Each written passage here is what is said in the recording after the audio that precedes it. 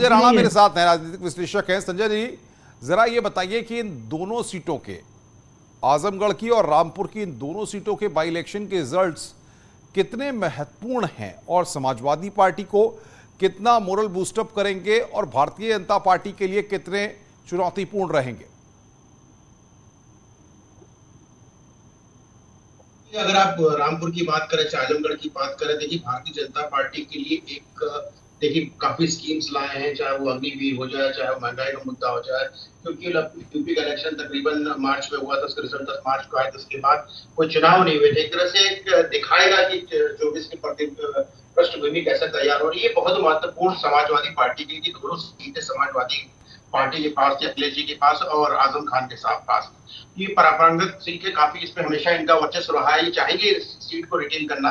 लेकिन ये आलोक जी डिपेंड करता है कि बहुजन समाज पार्टी का कैंडिडेट कैसे लग रहा है। देखिए आजमगढ़ में त्रिकोणीय मुकाबला हम लोगों ने कई बार टॉपिक पे डिबेट कर चुके हैं, और ये देखना होगा कि जो शाह आलम साहब है कितना कैसे लड़ते हैं। अगर वो अच्छी तरह लड़ते हैं तो थोड़ा सा समाजवादी पार्टी के लिए मुश्किल हो सकता है। अगर उनपे लोग का विश्वास कम होता है, लेकिन है तो लोकल, लेकिन विश्वास कम होता है, तो हो सकता है बीजेपी के लिए थोड़ा सा सीट निकालना मुश्किल हो जाए। लेकिन बहुत ही दिलचस्प मुकाबला होगा। अभी तो जो रुझान आ रहे हैं, तकरीबन 1100-1200 वोटों से धर्मेंद्र यादव जी आगे चल रहे हैं, वो बैलेट पेपर का है, वेट करना चाहिए। आधे घंटे में पृष्ठभूमि बिल्कुल क्लियर हो जाएगी। जहां तक रामपुर के, मुझे तो ऐसा लगता है कि रामपुर में समाजवादी पार्टी को उतनी दिक्कत नहीं होगी सीट निकालने में जितनी कही जा रही है।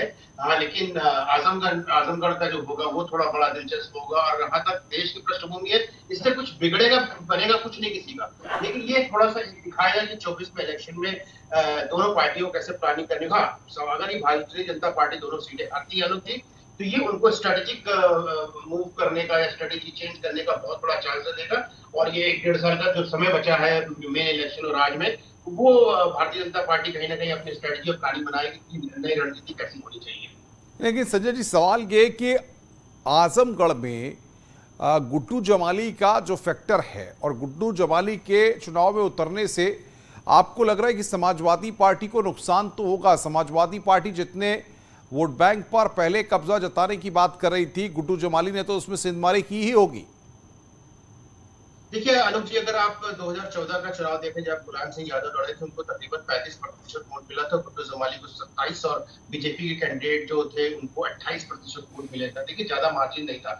लेकिन हाँ, 2019 का अगर आप चुनाव देखेंगे, उसमें बहुत ज्यादा अंतर था, क्योंकि सपा बसपा का कहीं ना कहीं कॉम्बिनेशन था। तो 60% के वोट के आसपास अखिलेश यादव जी को मिला था। जब ये स्प्लिट हो जाता है वोट परसेंटेज, तो वही देखना होगा कि देखिए 20% दलित है, 17% आपके अनुसार सवर्ण जाति के हैं, 26 यादव है, 24% मुस्लिम है। अगर यादव मुस्लिम में से अगर कुछ भी कटता है इधर उधर, तो वो भारतीय जनता पार्टी के लिए पक्ष में आएगा और समाजवादी पार्टी के विपक्ष में और आएगा। इस वक्त एक बड़ी खबर आ गई है, ब्रेकिंग न्यूज। रामपुर से उपचुनाव का पहला रुझान सामने आया है। बड़ी खबर, एसपी उम्मीदवार 800 वोटों से आगे। ये बड़ी खबर इस वक्त, आसिम रजा 800 वोटों से आगे हैं। पहला रुझान यहां पर सामने आया है।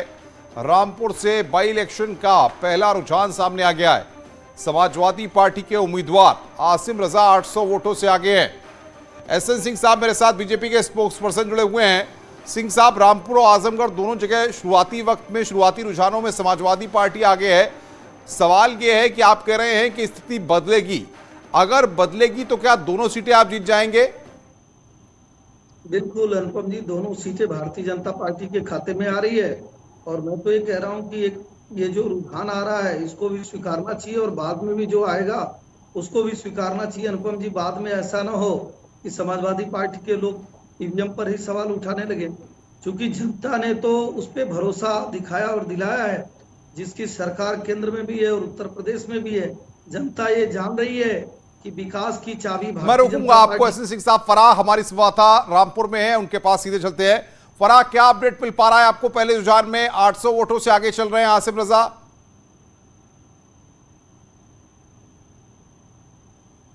मैं फराह से बातचीत करूंगा, कुछ तकनीकी दिक्कत है। एसएन सिंह साहब, सवाल ये है, लेकिन आपकी बात को मैं थोड़ा सा बड़ा कर रहा हूं। जब उत्तर प्रदेश में 2022 का दंगल चल रहा था, आपकी पार्टी ने आजमगढ़ में पूरी ताकत झोंक दी थी, उसके बाद भी आप वहां पर एक सीट नहीं जीत पाए। तो अब ऐसे में इस लोकसभा के बाई इलेक्शन में किस उम्मीद, क्या किस आधार पर आप इस बात को कह रहे हैं कि हम आजमगढ़ जीत रहे हैं?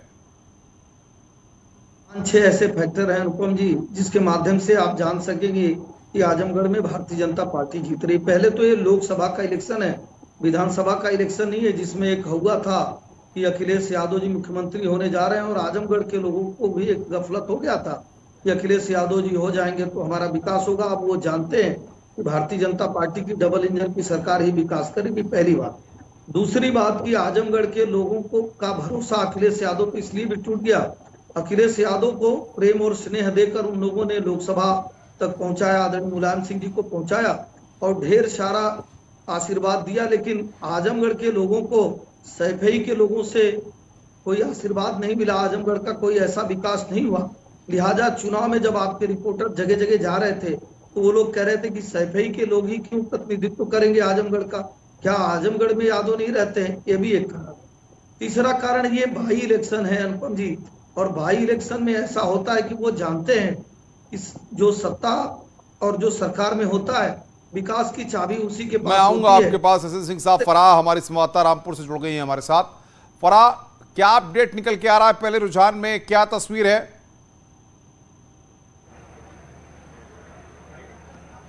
देखिए, 5 विधानसभा हैं और पहली विधानसभा चमराव से 800 वोटों से जो आगे है समाजवादी पार्टी, और अभी 4 विधानसभा जो हैं उनका धीरे धीरे अभी सामने आएगा। तो सबसे पहली बात यही है कि पहली जो विधानसभा है वहां पर समाजवादी पार्टी जो है अभी के लिए लीड कर रही है। अभी विधानसभा वाइज हो रहा है, धीरे धीरे 4 विधानसभा का भी सामने आएगा। तो अभी जो लीड है, शुरुआती लीड, वो समाजवादी पार्टी ने कर रखी है। चमराव सीट से 800 वोटों से आगे हैं।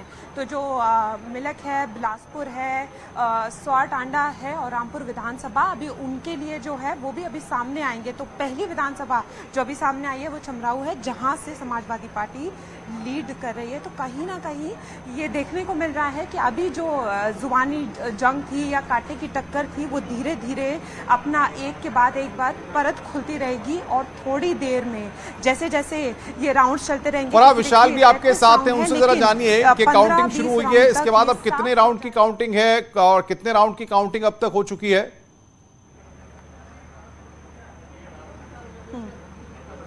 विशाल जी, अभी काउंटिंग शुरू हो गई है। कितने राउंड की काउंटिंग होनी है और अभी एक ही विधानसभा का पता चला है, अभी क्या देख रहे हैं आप? देखिए, पहली जो विधानसभा चमरवा विधानसभा, उसमें 800 वोटों से सपा प्रत्याशी जो है अभी आगे चल रहा है। अभी बाकी जो विधानसभा है उनका राउंड होना आके 33 राउंड में टोटल होना है मतदान। तो 16-16 राउंड की जो है टेबलें हर विधानसभा पे लगी हुई हैं।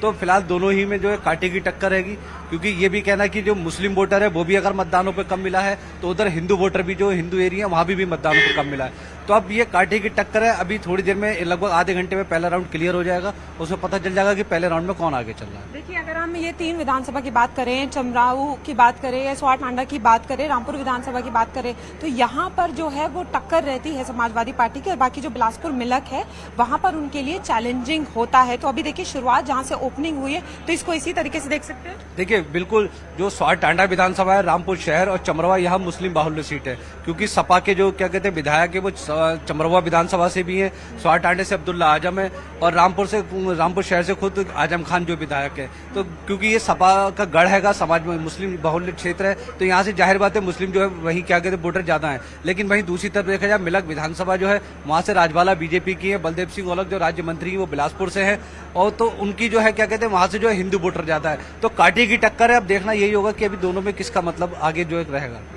तो देखिए, कांटे की टक्कर है और अभी देखना यही होगा कि किसका पल्ला भारी है। पहली जो विधानसभा का सामने आया है उसमें समाजवादी पार्टी जो है वो आगे, और वहां पर हमेशा से उनका एक दबदबा रहा है, मुस्लिम बहुल सीट है, और जो बाकी 2 सीटें हैं वो हमेशा से चैलेंजिंग रहती है और उनका बिल्कुल फराह